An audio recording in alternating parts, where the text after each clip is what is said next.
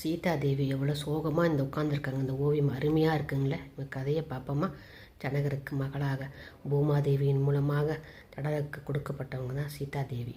பூமியிலிருந்து எடுக்கப்பட்டவங்க, நிலத்தை உழுகின்ற போது கிடைத்தவர்கள்.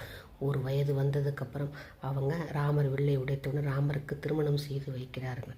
திருமணம் செய்து வைத்தால் சந்தோஷமாக இருக்கலாம் என்று பார்த்தால் ஊருக்கு வந்தவுடன் கைகையினுடைய சூழ்ச்சியின் காரணமாக காட்டுக்கு செல்ல நேரிடுது.